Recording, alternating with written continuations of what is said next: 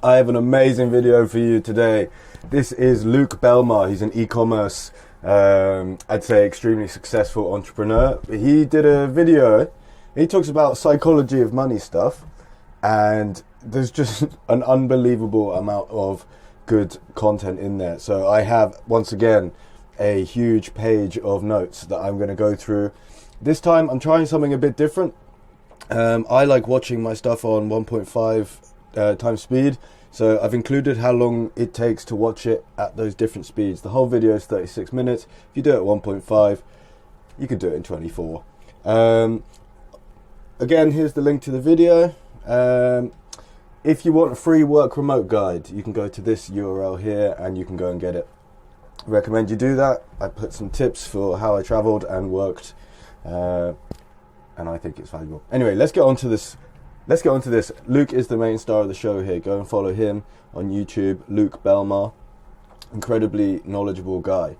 At some stages, I thought he was a bit cocky, but the guy's made way more money than me, so what can I say about that? The main theme of this video is cheap versus expensive. Let me get a screenshot where he's got that on the screen. There you go. Drinking that success in that video. The main overview is the main mindset that you need to become wealthy from a guy that's actually done it. That's why I think it's worth your time. Okay, video notes. I started making notes at the minute 10. There are some good stuff before, but this is when I was like, whoa, okay. You correlate what is expensive. Oh, that's another thing that's new. I've decided to put timestamps in all these videos. Okay, you correlate what is expensive based on how much time it takes you to get the money. You want to maximize the biggest output for the least amount of input, and to do that you need to be skilled. So you need a high value skill in order to get the most amount of money per hour and the most amount of output for what you put in. And if you do this enough time and you increase your skills enough, things that you used to think were expensive suddenly become a lot cheaper because you've put less time into actually getting them. Time is your most valuable asset. How many times is this repeated everywhere? It's everyone that's successful says time is the most valuable asset. The system wants you for your money. He's basically saying here that the system is trying to get you to blame other things and blame other people, and what they really want to do is harvest your energy. They want to get your hours of life and get you working for things that they want you to. He's basically saying you need to control what you spend your time on. Okay, 11:34. If you work 10 hours per day and earn $1,000, your hour is worth $100. This is just a small calculation example he got. Naval says this: if you want to make $1 million per year, your hour needs to be worth $500. Now, I haven't done the hour calculation right now, but it's not that for me right now. And for this to be the case, he's talking about purely just your 40 hours work week. So that's not even slamming 80 hours a week. Not to brag, but it's 10 o'clock on a Saturday night and I am in a WeWork recording this video. Sad, but I want to be worth $500 an hour. If you spend 4 hours buying food, it doesn't cost you $50. It costs you $2,050 if you value your time at $500 an hour. This is a theme that he talks about quite a few times during the video, which is who are you hanging out with? Loads of people say this. Patrick Bet-David says this, and there's a link to my other video that I did on Patrick Bet-David, one of the videos that he did. I put a card up there if you want to watch that. At 1448, he's saying he currently values his time at $10,000 an hour. Ooh, battery, let's see if we can get through this. I hope we can. Naval says $1,000 an hour, but he thinks he beat it. But basically, all of these successful people are actually putting a value on their time. Once you put a value on your time, you start to stop wasting it. So, yeah, I'm going to go for $500 an hour. So, this video is good because it's going to be out there forever. Hopefully, you're going to watch this in 5 years' time and then sign up to my email list. It's cheap. only if you didn't have to spend a lot of time to acquire that good or service. It's expensive only if you had to spend a lot of time to get that good or service. It's not about money, it's about how much effort and time you have to put in.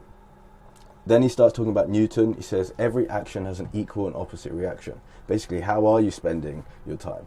And then I've added, as well as he did, what you sow, so shall you reap. A nice A nice Bible phrase there.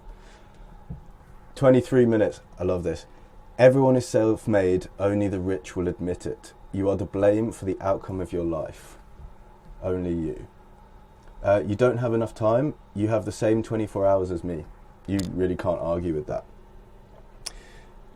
Everything you have assumed responsibility for is self-imposed. He even talks about if you've had kids, it was your choice to have kids. 26 minutes. You don't care about your goal because if you did, you would do absolutely anything to accomplish it. Now you have a goal, a destination, you know where you need to go, and you have a starting point. Now you need to figure out what the very first step is. He has an article where he talks about the 11 books that really made him. I've included the link here, and also the reading list is actually here. The grey highlight is other people, it's not from me. I actually think that Scientific Advertising is the one that I got the most value from. I haven't read all of them. I told myself that no matter what my goal was, nothing was going to stop me accomplishing it. It's a pretty strong mindset. Most of the time, the world is not stopping you, you are stopping yourself. You have to be willing to compromise temporary gain to accomplish your goal. My friends are at a party right now and I said no because I wanted to come and do work on my clients. So I'm embodying that right now.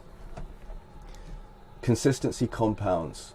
Most people do not want to assume responsibility for their action. The reason you are poor is because you are a failure. It's really brutal how he says it. Money does not make you successful. Money is a byproduct of being successful. You have to change what you think about, who you hang out with, what you do with your time, establish the parameters of your goal, and only do the actions that get you closer to that goal. This is so good. You expect life to come to you by chance? What kind of fairy tale bullshit life do you live in? You don't plant a watermelon seed and a fucking banana tree appears. I laughed so much when he said that.